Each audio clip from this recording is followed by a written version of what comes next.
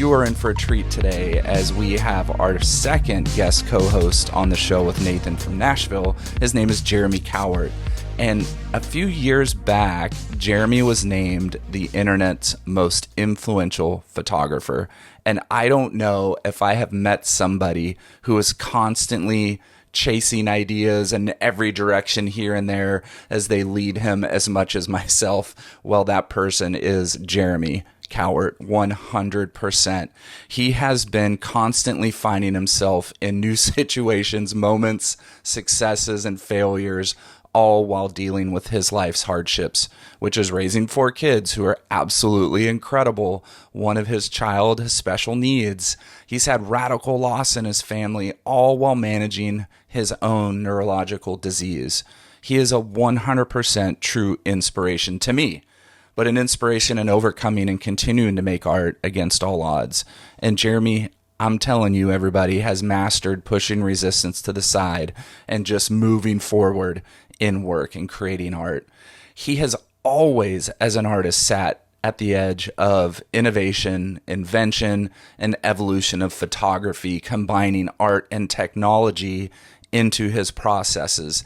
And he absolutely blows me away. He has photographed, the list is long, but I'm just going to name a few, the likes of Taylor Swift, Emma Stone, Gwyneth Paltrow, former President Barack Obama, the Kardashians, Chris Stapleton, Sting, Miley Cyrus, Dolly Parton, Imogen Heap, Iron and Wine, Feist, Brandi Carlile, Christopher Guest, Eugene Levy. I mean, the list goes on and on and on. And I'm so excited to have Jeremy and Nathan today on the episode, bringing some quotes from Picasso and Basquiat, Eleanor Roosevelt, Oscar Wilde, and Tom York. It's going to be absolutely incredible. And a little bit about Jeremy. In 2008, before social media, he used a blogging network to spread this beautiful, simple idea to find people in need and take their photos, print the photos, and give them away to the people right after they took the pictures, and called it Help Portrait. Help Portrait has become a global movement spanning 80 plus countries and millions of portraits. They're going to talk about it a little bit in the episode, and the stories since 2008 all over the world are just mind-blowing. They're just so inspirational, incredible. So in 2020, Jeremy invented a new medium altogether and coined the term lithograph to describe it. In his words, it means the evolution of light through a still photograph. It is not a video because there's no motion, and it's not a photograph because the analog light is constantly changing. And to take it a step further, he decided to make them interactive and mint them as NFTs. And so if you take your finger or your cursor on a mobile phone and you move over the image, you'll notice that you get to control the analog light in the portraits. It's insane. It's crazy. He was featured. This is incredible. Jeremy was featured at the 2022 Phillips auction in London alongside photography greats Ansel Adams, Annie Leibovitz, and Richard Avedon, and more. It's insane. And in May 2023, he created auras. This is probably one of my favorite things. 10,000 completely unique NFTs produced in 20 minutes from start to finish without relying on generative code. And it was the first time he ever revealed his creative process that he'd spent 10 years privately developing in the studio. It's one of those things you have to see to believe. It's absolutely incredible. And Nathan and Jeremy are going to be coming from Jeremy's brand new studio in Nashville today in the episode, where he is using his process and techniques and offering 60-second photo shoots to the public.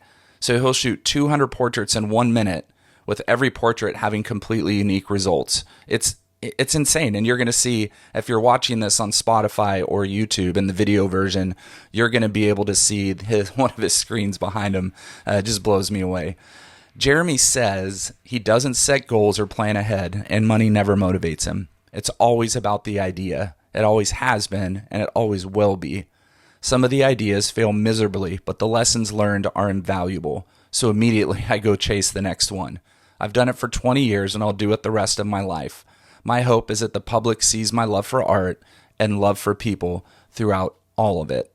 That's from Jeremy Cowart, a dear friend, an incredible artist peer, and I cannot wait for you to hear his story, his process of innovation, overcoming so many things that he and Nathan jump into. So let me get off here and let's head out to Jeremy's brand new insane studio in Nashville, Tennessee. Nathan, take it away. Well, Jeremy, thanks for joining us today. Of course. Yeah. You are to be here.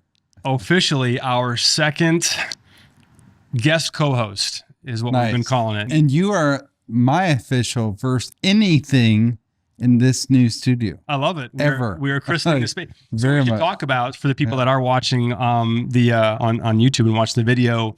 So we are sitting in front of how big is this LED screen? It is 11 feet tall by 10 feet wide. Amazing. And so the work behind us that is being projected here is Jeremy's, and it's tremendous. And I'm going to try to not look behind me because I'll just get distracted and I won't be able to focus on our conversation, but that's super cool. So thank you for having me. Of course. I'm excited to be here in Nashville with you and excited to get into some of the quotes that you've got laid out here.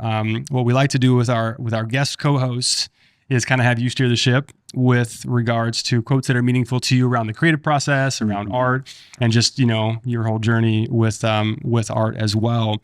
So we'll probably just jump in with the first one on the list here. I'll share it and then I'll ask you to kind of take your first pass at how it resonates with you and why it's meaningful to you personally. So the first quote that you got for us is, learn the rules like a pro so you can break them like an artist. Picasso said that. Learn the rules like a pro so you can break them like an artist. Why is that quote meaningful to you? Why is that something that resonates with you personally as a creative? Yeah, because I think artists and creatives tend to be a bit arrogant in there. And I was the arrogant artist, so I'm speaking from experience. But early in my career, I was like, I don't need to read the manuals on how the light works. I don't need to know everything about the camera. I'll just live on intuition and I'll just do my thing. And that did work, actually. My career exploded in the beginning, landed a Hollywood agent and was off to the races. And I knew nothing about lights, nothing about camera settings, nothing about cameras. Like, it was all intuition. And so that does work to a degree if you just have a gift for seeing, for creating. But then later in my career, I started to get really, really nerdy about what does this light do? What are the rules? What can the camera do? And so the more that I learned all the things I didn't want to learn in the beginning, the more it just exploded my creativity. In fact, my entire process in here now is like the most technically absurd thing in the world. Like, I don't know if anybody else is shooting the way I shoot. Yeah. And it's because I finally overcame that mental hurdle and ego of, I'll just live on my whatever. And so, like, I think, and then once you learn all that, like Picasso says, then you go back to the blow it all up and make weird shit. And, but the more you learn, I actually have a variation, not a variation of that quote, but I always say the more you learn technically, the more you can achieve creatively. And so to all young artists, like, sure, like, lean on your natural gifts and intuition, but I'm telling you, if you force yourself to truly learn everything that every piece of gear can do, you'll be blown away at what can happen. Yeah. I love that. So another analogy, imagine you're a carpenter, and if a carpenter has nails and a hammer and wood, he can build certain things. Right.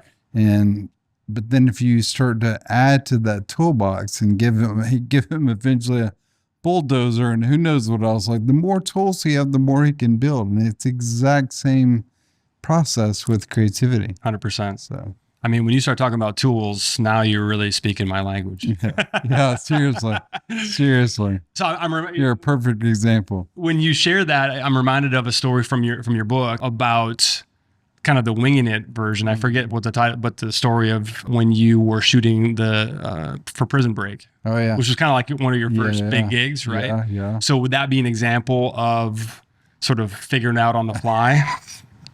That's got to be one of the only, not the only, but it's not often that a photographer gets hired on a big job like that and learns how to do his craft from his own assistants. Yeah, right. Literally, because I got hired on that job, and it was like a sound stage of equipment, like lights, and because we had to light 8 to 10 sets, Yeah. with 5 to 6 lights per set. Right. I don't even know how to use the light, and so I had to BS my way with my assistants because like, well, what do you want to do? And I was like, I was a kid, and I was 28 years old. Yeah. I was like, yeah, just moody, but I don't even know how to say.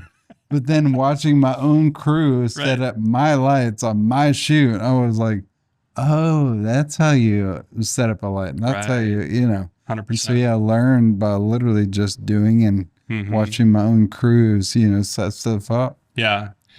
So what doors got opened for you creatively once you did develop a level of competency or even mastery, with all the many tools that you can use in your particular craft? What doors opened up? Yeah.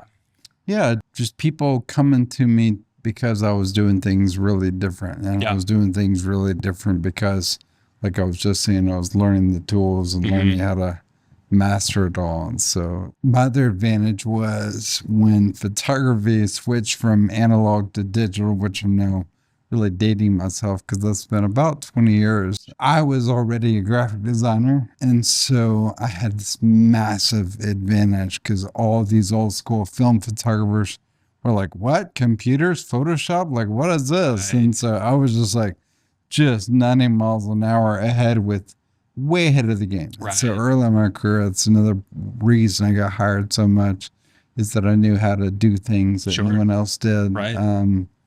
Which I guess we should have started with that background is that, to rewind a bit, growing up, I really just wanted to be a painter. That was my obsession all the way through childhood, high school, college.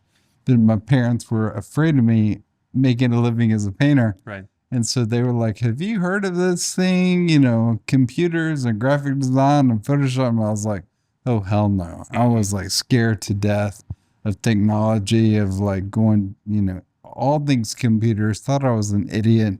And so they sent me now on this 30-year detour of away from painting and fine art into all things digital, which has been amazing. That was the most important thing they could have ever done.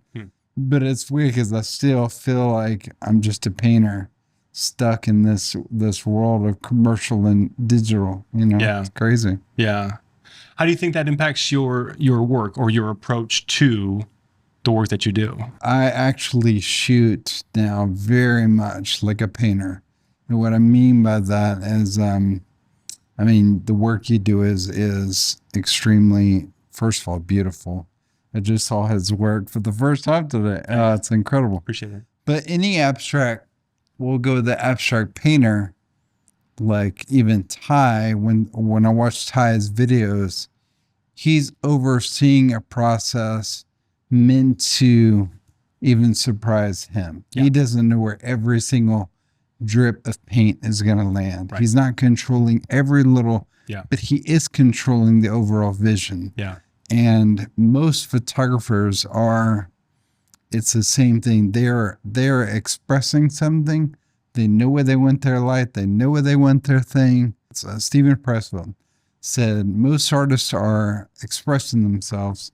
The rest are discovering themselves. Yeah. That was probably the most profound weight off my shoulders because all these years, even recently, I always felt like, well, I'm not an artist if I'm not pouring my soul onto the canvas and expressing some traumatic event or whatever. I've just never been that artist. When I create, it's discovering. It's I don't know what's about to happen. I don't think yourself really knows what's about to happen. Right. Until you get in and you just do it. And so all that to say, a long way of saying that what you're seeing right now in my studio is a contrived happy accident when it comes to photography.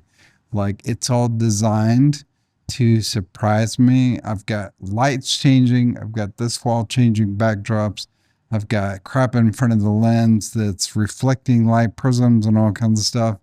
And when I shoot, the cool thing about the process is no photo can be reproduced because I don't know which background fired. I don't know which light fired. I don't know which prism reflected which way because I'm even moving the prisms as I shoot. And then you have somebody standing in front of the camera and whatever pose or expression or thing they did. So it's all this combination to where that can't be done again. And that's why I consider my form of photography is a form of art and expression, really discovery. It really is like abstract painting. Because I used to be in studios and I hated it because it was the same light, the same angle, the same backdrop. And so it's taken me years to figure out how to shoot like I paint, which is just like this wall behind us, where it's just stuff dripping and splattering and just whatever happens, happens. I love that. Yeah. Ty and I have actually discussed that idea a lot on the podcast already, and just, you know, between the two of us, but just the idea of creating the conditions. You use the word contrive, which I love a lot. It's got a little bit more of a negative connotation to it, but it's manufacturing the space to be surprised, for the accidents to occur.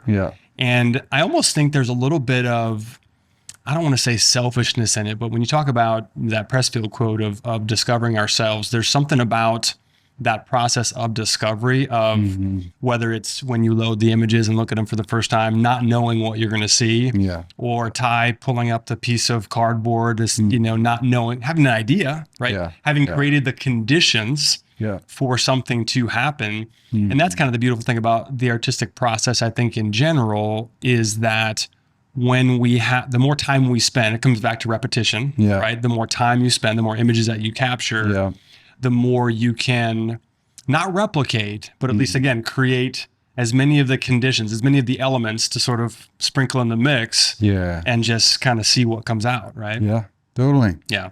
Yeah, it's like, I love it. Like now I literally used to hate being in a studio.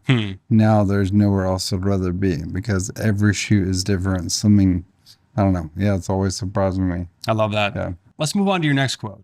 This is by Basquiat. I like kids' work more than work by real artists any day. I like kids' work more than real artists any day. Yeah, I could see some eyebrows raising about that one.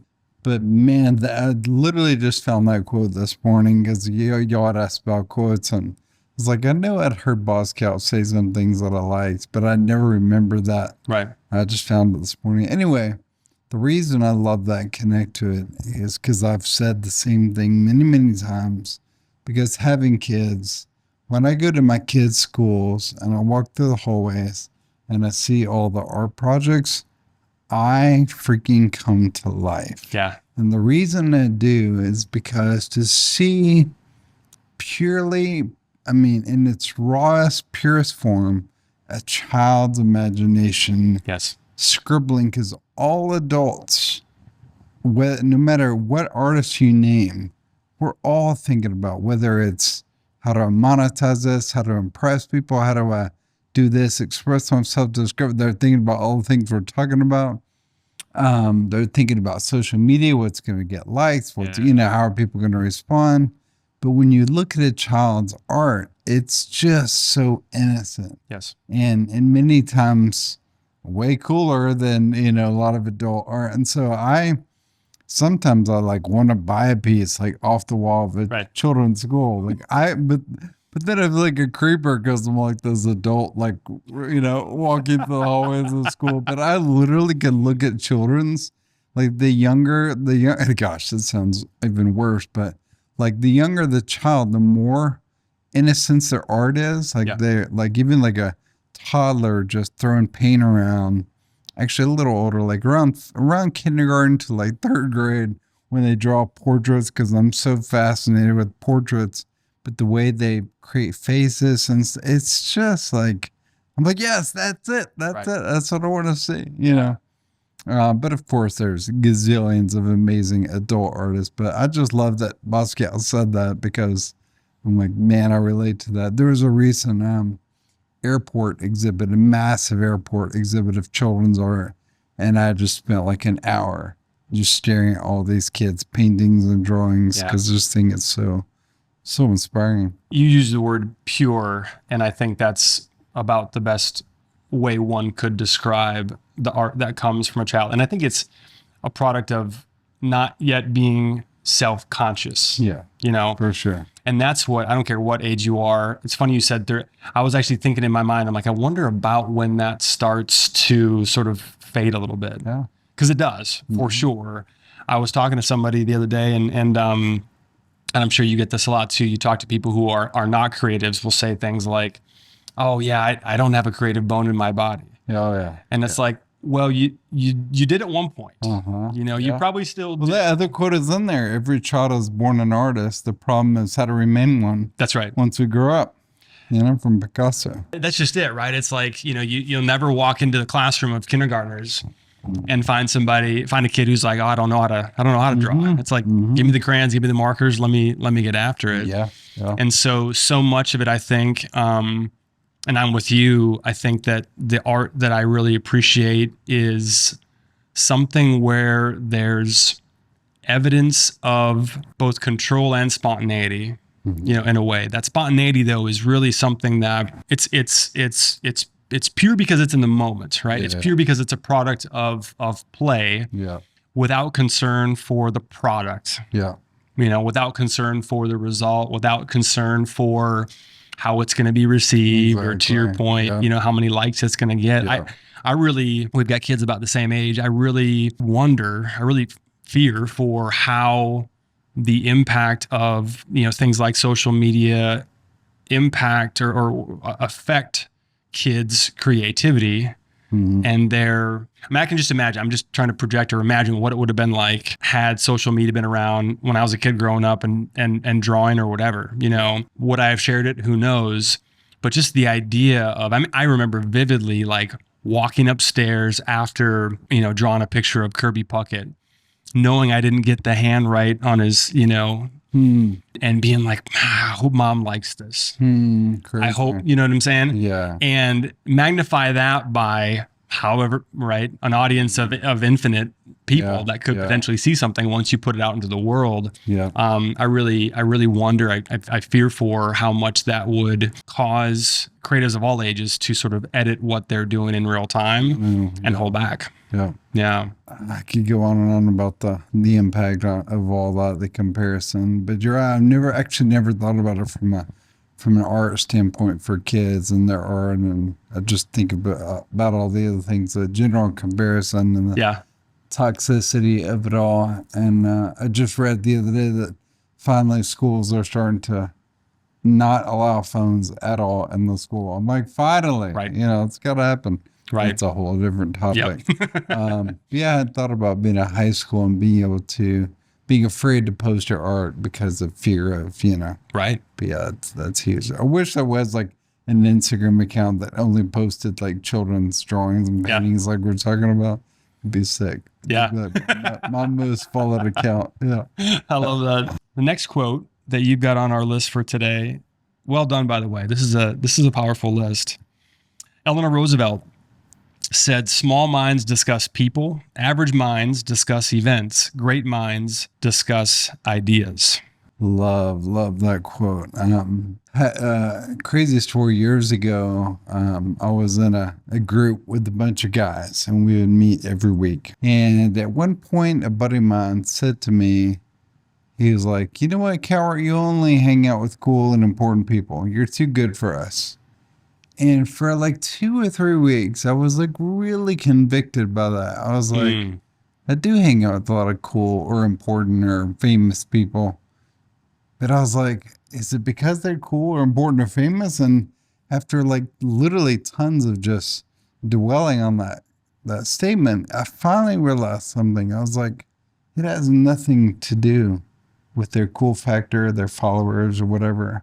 What I realized is that group of guys that I was hanging out with, every time we hung out, it was, I hate my job. I hate my boss. Everybody sucks. Life is terrible. It was a drain. Yeah. And what I realized is that I'm drawn to dreamers, creators, doers, thinkers, ideators. Yeah. And it doesn't matter if they're cool. Like I thought about the literal hundreds of hours I have spent in this building meeting with kids, meeting with teenagers and college students and just people that want to discuss ideas, want to get my feedback, want to pick my brain, all that stuff. And I love it because we're discussing ideas. Yeah. Those people aren't cool. Right. They're not important or famous or whatever. And Yeah. I don't care if it's the janitor in the building. Like, I want to discuss, how do we make this world a better place? How do we dream? What are you working on? What are you going to do with your life? What are you passionate about? And so it just so happens that people that are cool or important or famous are doers. They got there because they chase ideas and they chase dreams. And so that quote by Eleanor Roosevelt just hit home, because like when I go to, I'm sure the same way with our kids, you go to like kids gatherings, athletic events, whatever you're with as a parents, and all the other dads are like talking about, again, people or events. It's like they're gossiping or they're talking about, I don't know, stock market or politics or last night's baseball game or LeBron James, which I love sports too. And I'm not saying we can't talk about those things. I certainly do talk about people and events, but I just come to life when I'm with you or Drew or anybody else where we're discussing ideas. Yeah. Ideas meaning any of those topics, you know, like what are we doing with our lives? How are we, like, because being a creative of any kind is essentially like old school being a hunter. Like how are you going to provide this month? They're like, what are you doing? What are you doing? You know, we're not just having these boring 9-to-5 jobs. We hate it and we're just there to get a paycheck. Like, so it's fascinating to me to hang out and spend time with literally any other creative, whether they're cool or not. I don't care, you know? Yeah. So have you figured out a way to skip through all of the small talk and BS and get to the idea part with people that maybe don't go there naturally? Yeah, I try to. I mean, it's hard too as creatives, like, not to talk about ourselves, because like I am so passionate about what I do for a living. I could talk about this stuff all day. Right. And I've learned that that's a turnoff to most people because they don't like their jobs. They don't want to talk about work. Right. So when I talk about my work, it can come across as cocky or arrogant because I'm talking about myself. And I've had to like really reconcile that, because I don't think I'm an arrogant person. I just love what I do. And so, I try to like ask questions like, what are you passionate about? If you don't like your job, well, then what do you want to do? Well, I'd like to quit my job one day and do this. And I'm like, well, why don't you? Like, time is ticking, life is short. Like, we just talked about, you know, each of us have lost a sibling. And so like, man, life is just way too short to not give it a go. Totally. And try to pursue what you love. That's so true. I think that reminds me of something that I began to understand just in the last few years here. But I think that the more you're living in passion and living with purpose, let's just say, to you know, throw some cliches in the mix, but I think it naturally leads to less patience for like bullshit. Yeah. Like, I think most creatives have, I won't speak for you, but I'm gonna take a educated guess and assume that I'm right about this. You, me, we have 1,000 ideas that are gonna pop through. You know what I mean? Just getting our coffees on the way over here, just seeing the cracks in this beautiful building in the floors. Oh, that's a beautiful, that's a nice mark. Let me capture. You know, there's always something captioned that's probably a product of the ADD that I feel we may share as well. But I don't want to reserve any space in the limited, in the finite amount of time and whatever bandwidth that I have to put towards BS or things that don't lend themselves to doing something, you know, making a contribution, making something, right? Creating. Yeah. It's just, life's just way too short. And even, I mean, I have a weird neurological disease that I'm fighting against. And so, I'm like facing my own daunting physical challenges. And so I feel like even more, I've got this race against time to crank out stuff and do what I love. And so it's amazing how much that impacts things, for sure. Can I ask you more specifically how that affects the way you think about your work?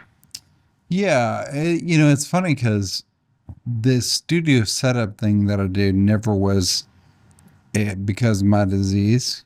because my disease didn't really start getting bad until last year or two. But it's amazing how that just collided, because now I just get to stand behind a tripod and basically stand still when I shoot. I don't have to be out on location and setting up a million lights and gear by myself. And so yeah, it doesn't impact things too much right now. It would if I were out. It would if I was doing what you do. Sorry, You and Ty both. how you think about your work though, how you approach what you're doing on Yeah.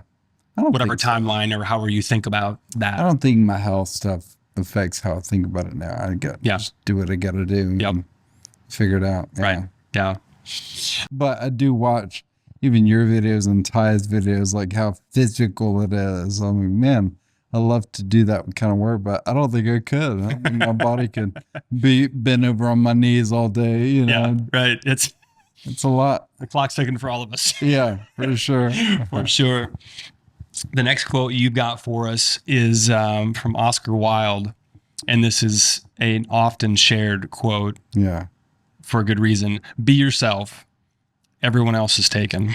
Yeah, I just, for a million reasons, love that quote. It's kind of similar to the Picasso, every child is born an artist. Like right now, my 13-year-old girl, she's African-American from Haiti, and she wants to look like a white girl. And I'm like trying to tell, like when she has a fro, it is truly the most gorgeous thing ever. Like she just looks, everybody agrees, like we all freak out the rare moment she has a fro. And I was just telling her last week, I'm like, why do you want to be like all the other people? Like you're so gorgeous, so unique, so special. And your fro only accentuates that, only like highlights that. And I understand. I mean, we all went to middle school and there is this, you got to wear what everybody else is wearing, do what everybody else is doing. But I'm trying to drill in them, like, no, like be special. Like I was a weirdo in high school and I've always done things differently. And I feel like the older you get every year, the more you're respected.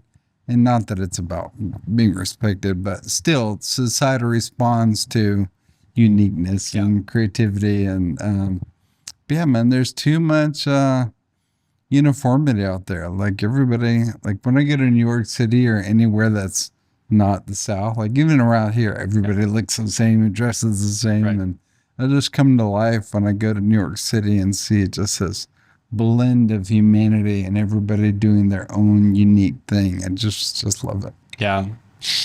Yeah. Originality and the whole idea of being yourself. I mean, that's a lifelong pursuit. I can't speak for you, but I feel as though I am still, I'm consistently amazed at how who I am continues to evolve and my understanding and connection to what is our true self. Yeah. You know, and that's something that doesn't just happen naturally. I think that probably is a product, I suspect, of being somewhat introspective and intentional. I mean, as creatives, we tend to spend a lot of time in our heads, thinking about maybe ourselves or maybe what we're going to do with everything that's flowing through here. But I just wonder, what it would take for the typical, it sounds so condescending to say that the average typical person, you know, not folks like us, but that sounds so terrible to say. There's a better way of framing that, but just like how more of us, we, the collective we, people could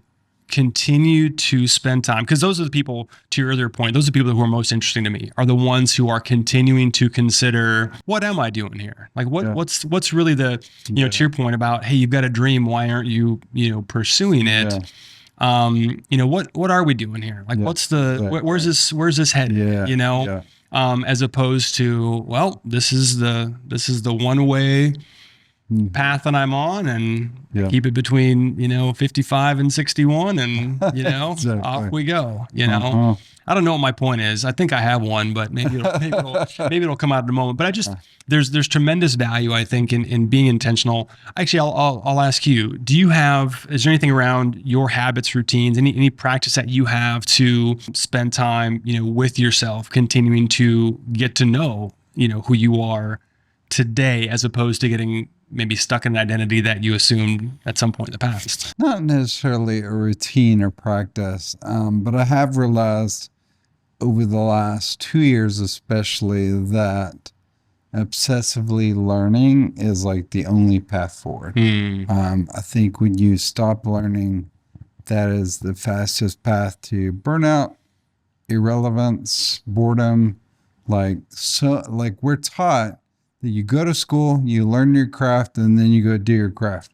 You stop learning. Like, God knows so many artists in all genres where they're, I don't know how old you are, but I'm 47. In their 40s, especially 50s, they sell out into the sunset, usually against their will, but they become irrelevant. They become like washed up. They're old style, old work. Yeah. And I think the only way to truly stay on top of your game is to always be a student. Right. Like, and the NFT, I actually tell you a crazy story. So 2 years ago, you know, when the NFTs were popping and that was a thing, I had this kid like keep pounding me. I was down at Art Basel in Miami, and this kid kept DMing me. He's like, "Hey, let's get together and chat NFTs." And I was like, "Hey, no." I was like, I have no interest. They intimidate me, and I don't want to, you know. Yeah. I was like, "Nope, I'm out." Actually, I tried it a little bit, no success, and I just gave up. So I was like, I really don't want to. And then he just kept pushing me.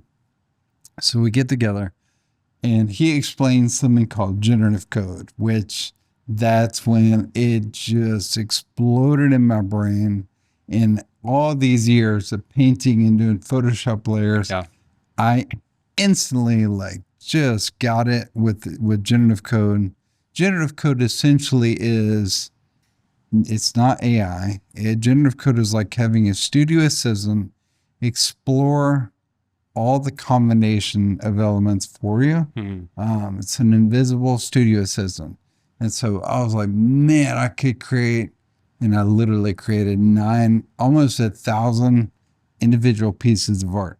iPad art, layers, canvas, Polaroids, Photoshop, photographs, like all this art. And I threw it into what he had told me about generative code. And I created all this crazy art that has never in the history of the world been done before. And I made a collection. So I obsessively learned for like 3 months how to do all that. Release this collection when NFTs were a thing that in 2 seconds made $700,000. Literally 2 seconds. Wow. We thought something was wrong. We thought there was a technical glitch, but it had sold out that fast. Wow. But then the story keeps going. So that like opened up my NFT journey.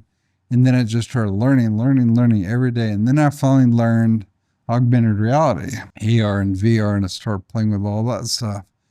And anyway, I had a bunch more success with NFTs, but my diving into AR, then somebody of mine in town were starting a tech company, and they showed me what they were doing with tech. And I brought all my knowledge of NFTs and AR to the table. I was like, y'all should really be doing AR. And so they freaked out, brought me on as a partner. And so now I'm in a partner in this tech company that is just exploded. Man. And we're now working with the biggest artists on the planet. Truly, like, I mean, we have all the big country artists and pop artists. We now have NFL teams, Major League Baseball teams, and NHL hockey teams. And I'm a partner in this tech company. And it's all because rewinding to the moment in Florida when this kid is like, hey, you should really learn this stuff. And I'm like, no.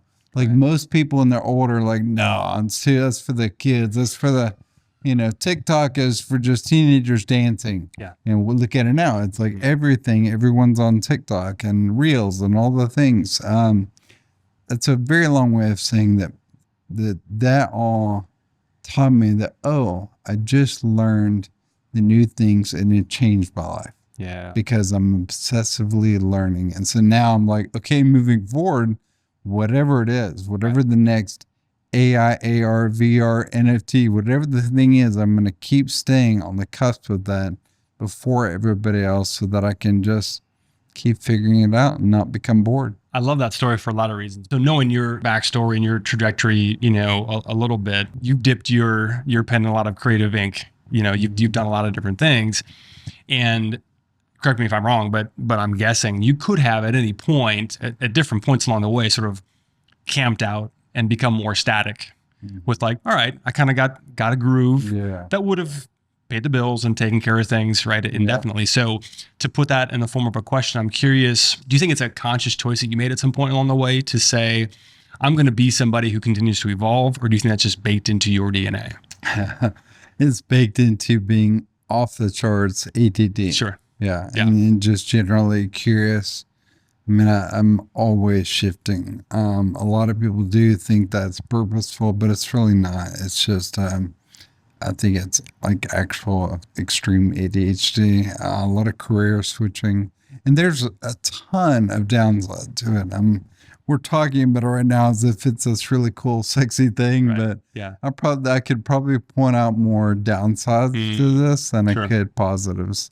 There's a lot of regret with some of the things I've abandoned, things that I should have stuck with, could have supported what I do now. So yes, it's awesome and it's awful all at once. Right. Yeah. But to your point about learning though, too, I think that's such an important thing to realize is that there's so much opportunity for additional growth, just laying out in the world like little Easter eggs, just all over the place for us to just pick up, and everything contributes to everything. Everything leads to the next thing, right? Everything contributes. So, things that I think about it a lot as picking up. Well, for me, it's picking up literal tools and adding additional physical tools that are going to make different marks and create different effects, with my work. But I also think about the idea of adding figurative tools to my sort of tool bag and not really knowing how or when they're going to reoccur or how they're going to be useful again. And then realizing, I don't know if I've shared this in the podcast before, but I had this, I don't know if you remember this movie. It was called, it was an M. Night Shyamalan. I think I'm saying his last name wrong. That movie Signs. Oh yeah. Okay. Yeah. So if you remember that, there's a scene that it's like as the film sort of comes to an end. It's like the last dramatic scene where Joaquin Phoenix was a baseball player and his career he got injured or something like that, came to an end, and that was, I think, a big part of his sort of character arc was just how he was depressed about not being able to pursue his dream of playing baseball. Yeah. And the last scene culminates where they realize that, and I'm probably butchering this, but this is how my memory is giving it back to me at the moment, but is that these aliens are, they can only be killed or dealt with water. Yeah. Yeah. And that last scene where there's a glass of water and Joaquin Phoenix grabs a bat and is able to, because he knows how to swing it. Swing away, Meryl. Hits a glass of water and is able to save his family. The point being, I don't know why this sort of triggered something for me, but the point is that we never know what little tools, skills, abilities, experiences, little nuggets of knowledge that we've sort of picked up along the way are going to be useful later. Yeah, absolutely. So that's kind of a mantra, for me and other people that I enjoy being in dialogue with, is just like, I've never read a book and been worse for it. I've never, had an engaging conversation and but we just never know is kind of the point. And we don't need to, right? You don't have to have a plan with what you're going to do with something or, this is going to lead to, right? It's very rarely, if ever, a linear path. A goes to B we were talking about assembling IKEA furniture earlier. It's not, life ain't like that.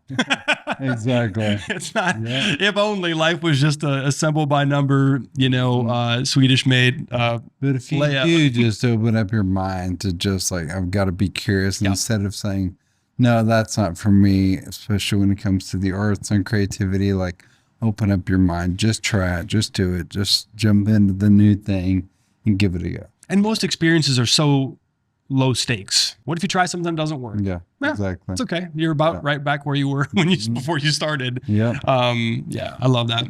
So next quote. I don't actually know how to pronounce Jessica's last name. I don't know who this is. Heish. Okay. Yeah. Do you happen to know what she does or her? She's an illustrator. Yeah. Illustrator. Okay. Talented. Fantastic. Yeah. Her quote: "The work you make while you're procrastinating on your work is the work you should actually be making." Yeah. I'm going to read that again. The work you make while you're procrastinating on your work is the work you should actually be making. Yeah. Talk to us about that. So good. Yeah. I know Jessica, she's so talented, but she nailed it. I mean, like, if you're over here just doing something out of your pure passion on the side, and just whether it's doodles or art or wood making, like whatever you're doing, like that should be, if that's what brings you joy, why not try to figure out how to make that your actual thing? And a lot of people would say, well, then it removes the joy if I'm monetizing it or trying to, which that could be true, Yeah. but I just can speak from experience. Like, I'm now 25 years into just chasing, I don't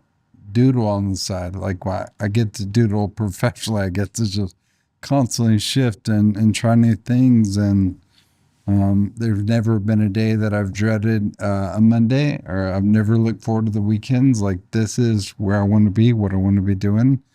And yeah, I mean, if there's anybody out there that's listening and, you know, they're doing that little fun thing on the side that they consider just a little whatever, like maybe that's the answer. But they're doing that thing on the side and saying, I don't know what I'm going to do with my life. I think she's saying that it's right there. It's Yeah. that thing you're doing, you know? Yeah. And there's obviously a lot of details, like that thing might not be able to be monetized, but I think everybody gets the point of what she's saying. Yeah. Yeah. It's important to acknowledge that we all have more time and more space in our lives to integrate some of those passions and some of those curiosities if we're willing to cross other things off the list. Yeah. You know, I mean, this is true for me, and I would imagine probably most people. If you do a true time audit, Yeah. like a block by block, like where's the time, you know, really going? We all could find a couple hours here and there. Oh, without 15 minutes here, you're right, without a to doubt. do more of the thing that really, you know, Yeah. stirs our soul. Whether we're fortunate enough, like you and I, to be able to do this full time, or whether it's just carving out a little. It doesn't, I mean, and I think that's important too. Like, it doesn't have to become the thing Yeah. that pays all your, it'd be great if it did, Yeah. but whether it's just something you do on the side that really just stirs your soul, or whether it's something that becomes, you know, something bigger, it starts in the same place. Yeah. And where it goes from there, you know, really isn't up to us anyway. For sure. Yeah. For sure. Love it. Tom York. Heard of him. What's your greatest strength? And I want to say this. So I listened to your book in preparation for our conversation today, and I just want to share this for our audience. It's fantastic. Thank It's you. called I'm Possible, and the audio version is read by you, which I also really appreciate, because it's one of my biggest pet peeves is when authors don't read their own words. Yeah, right. Because even if there's a voice talent that's like better at talk, it's just not, you know what I mean? So you did a great job of performing it and reading it as well. So anyway, I'll just share this as an aside. I was, when I was listening to your book, you open with the story of your Tom York piece, which if you're not following Jeremy, you should be. And so I thought, I'm listening to this actually on a run. I'm like, man, I wish I could see this piece. And then you reposted it on your Instagram, and I was just like, wow, that's actually even better than you described. So that's awesome. So super, super cool. So anyway, so Tom said, what's your greatest strength? It's that I don't know what I'm doing. Yeah, just again, I found this morning when I was kind of digging around, and that's so Tom York to say, but I just relate to that. I think artists look at young artists look at guys like me and you and girls, and they think that we know what we're doing, and I really just don't. I mean, I'm always going in questioning myself. There's always insecurity. There's always doubt. There's always, I suck. I mean, last year, goodness gracious, last year was probably the hardest year I've ever had in terms of self-doubt. Yeah. I mean, I was in the gutter last year. I was like, everything I do sucks. I don't know what I'm going to do for a living. All my work is gone. NFTs crashed. Is real bad. And I don't know what I'm doing. And so, yeah, I just love that out of anybody, Tom York says that, you know. Yeah. And I just think it's a really important thing for artists to hear, because I think Chuck Close said, inspiration is for amateurs. The rest of us just show up and get to work, like, even though I don't know what I'm doing, I just keep going. That doesn't stop me. Maybe that's the difference with you, people like you and I, is like, yeah, we don't know what we're doing. And we do have the doubt and the insecurity and all the things, but literally every day we just keep going. 100%. Just keep throwing stuff at the wall and seeing what sticks. Yeah. In spite of those insecurities, doubts, fears, Yeah. neuroticism in all its many forms, Yeah.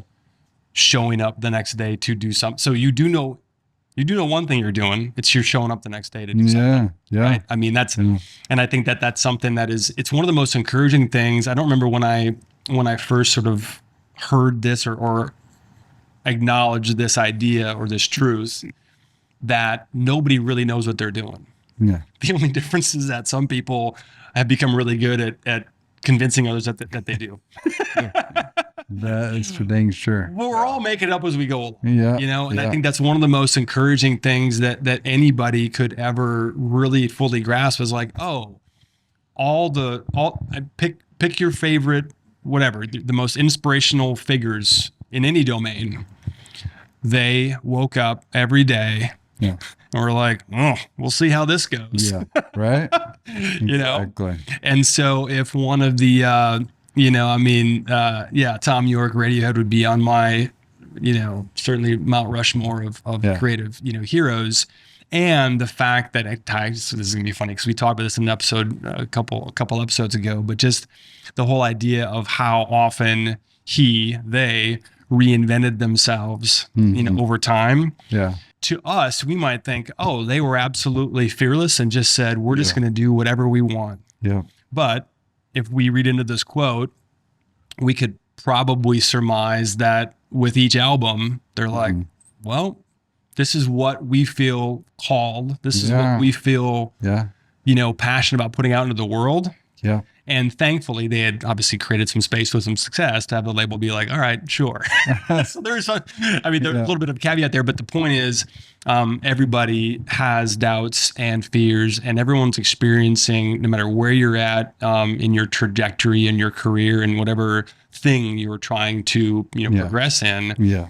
It's normal. It's just part of it. Yeah, exactly. Just all the kids out there, especially college students, just gotta embrace it and know that's part of the journey you're signing up for. And continue to take action in spite of, right? Yeah. Because there's that whole, analysis or paralysis by analysis where we can try to just continue to collect all the information and try and, chart a perfect course. And it's like, good luck. Yeah. I mean, all I know is that I'm going to take a left from here and then we'll see what the next, where the next intersection brings me, Good way to put it. Yeah. What color the light is, Yeah. Next quote. The best thing about a picture is that it never changes, even when the people in it do. The best thing about a picture is that it never changes, even when the people in it do. Yeah, I'm going to have you take first crack at that because I need some time to reflect. I love it. Again, I've got a lot more quotes, and I mentioned some of them today that it's not like these are my favorite quotes of all time. Like that one I literally found today. But that one hit me because that's what I do is I take pictures of people every single day. Sometimes I think my record is about 165 shoots in one day. Literally 165 portrait sessions. Wow. And I might have to put that quote somewhere here in the studio because a portrait really is this chapter marker. Like if your life is a whole book, like we all love pictures in books, to break up the text and to stop and look at something. Yeah. Like if your life is a book, and it's going to have a few portraits scattered throughout. Like a portrait just captures that chapter, whether it's a divorce, depression, the best day ever, like whatever it is, it captures that and the story keeps evolving. And I just love that quote because that is what I'm doing. The picture is there forever, but your life, your story is going to keep changing. Could even change the day after that picture happened. Yeah. But I love just that brief second of time that you're forever frozen in this portrait, which is why I do what I do. It's interesting because I think forgive me, I'm blanking on the name of the project that you started in taking portraits of. And help portrait. Yeah. Can you talk about that a little bit? Because, and I've got a follow-up question to that, but Yeah, I think it's just a beautiful project. It's so Thank you. He Yeah. has a real simple idea before social media to take pictures of people in need and print them and give them away. That was the end of the agenda. Mm-hmm. No portfolio, no use, no self rewards for the photographers. Just take pictures, give them away. Yeah. So we did it once in 2007. And then we used blogs at the time to spread the word. And the next year it was in 45 countries. And then it became a global movement. And we've taken over 1 million portraits since then in like 80, 90 countries. And so I find that everybody wants to help. But a lot of times people don't know how to help. And they don't necessarily want to help in ways they're not gifted at or skilled at. Like, it's not everybody's thing to go serve food at the mission or to go clean a warehouse or whatever the thing may be. But if you tell photographers, use your camera and go to this thing and photograph people, it's just crazy what happened. It was a very simple idea that I chased that turned into this literal worldwide movement. The power of portrait, though, I'd actually like to, I've thought a lot about Yeah. So I'm sorry, I kind of missed the question. Let me speak into that. So yeah, we have literally seen people walking the streets a year and 2 years later, still holding the framed portrait that they got. There's this old story from like the 1800s about a war where people walking around naked. They had nothing. There was no food, no water, no anything. But somebody shipped a massive cart of red lipstick. And so all these women were walking around town. They had nothing. It was the middle of war. They were hungry. They were tired. But this red lipstick gave them this massive sense of beauty, dignify, like I feel good. I at least have my red lipstick. And the same kind of holds true of what we do with Help Portrait. Like, we're still giving them that. They walk around being ignored, being spat on, being just looked down upon by society. So for a brief moment to give them this, here's who you really are with your hair and makeup done and your shower. We're giving you new clothes. We're giving you all this new stuff, giving you professional lighting and showing you who you really are. Like that, this is your full self. And so for them to hold on to that and be able to go get a job with it, which we've had done, send it to their loved ones they haven't seen in decades. We've seen that. Like, it's so powerful. Yeah. I mean, hundreds and hundreds of stories that I could share from 13 years of doing this. It's crazy. Yeah. The power of just one image, though. Yeah. It's a little time capsule. For sure. We talked about this a little bit before we started rolling too, but I think especially when you think about, grief, loss, the things that are left behind when the person, no longer is. Yeah. That's your brother's shirt. Yeah. Like there's something to that little, like, this moment will never happen. Mm-hmm. You take a photo, like that's it. That's frozen in time. That's never you couldn't replicate it even a second later, at least not exactly, Yeah. And I think there's just something about having those little things to have a connection to. It's one of the things that I love about your work, photography, in general, just the ability to document an experience, a time, and an energy. I mean, that's something too, I think that the art of photography is capturing someone's energy, their mood, and the fact that you put as much of your heart and soul, maybe even more, into those portraits of the homeless that you do, into the famous people that, millions of people are going to see on the cover of magazines and album covers. Like, that's just really beautiful. Well, thank you. Yeah, it's been an amazing thing to be a part of. Yeah, for sure. It's neat. Let's talk. Let's close with this. This is something that you brought to the table, and I'm interested in where this goes. But what's an artist, Jeremy?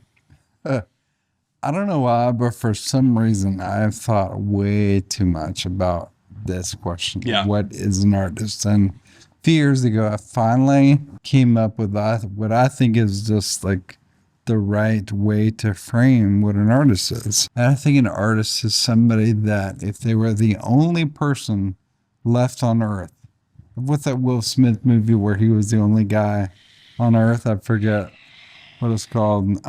Drew's not old enough to remember that movie. I want to say I Am Robot, but that's not it. That's what I wanted to say. It's not too. I Am Robot. No, it's something else. Anyway, if you're the only person on earth, Yeah. there's no one to see your work, there's no one to like your post, there's just no audience, would you keep creating? If the answer is yes, I think you're an artist. Yeah. Like, in other words, you have to do it. Yeah. It's a form of breathing. It doesn't matter what you're creating. If you have to create to survive, I think that's an artist. Audience or no audience, like that's who artists are. I agree with that. And I think that the term artist can be extended to really anything that involves a version of self-expression. People, whether they're aware of it or not, doesn't really matter, quite frankly, whether it is a conscious thing that registers or not, there is expression to that. There is something to be said for there's a personal, I'm putting a little piece of me into this thing that I'm doing because I love doing it, because I would do it whether anybody else was there to see it or know about it. Yeah. Regardless. Yeah. Agreed. That feels like a good place to end. Yeah, man. Yeah. Thank you so much for the time. Of course. Great to honor. meet you. And for everybody listening, definitely go check out Jeremy's work. Where can people find you? At Jeremy Cowart on Instagram and all socials, and jeremycowart.com. Amazing. Yeah. Thank you, brother. Thanks, man. Appreciate it. Yep.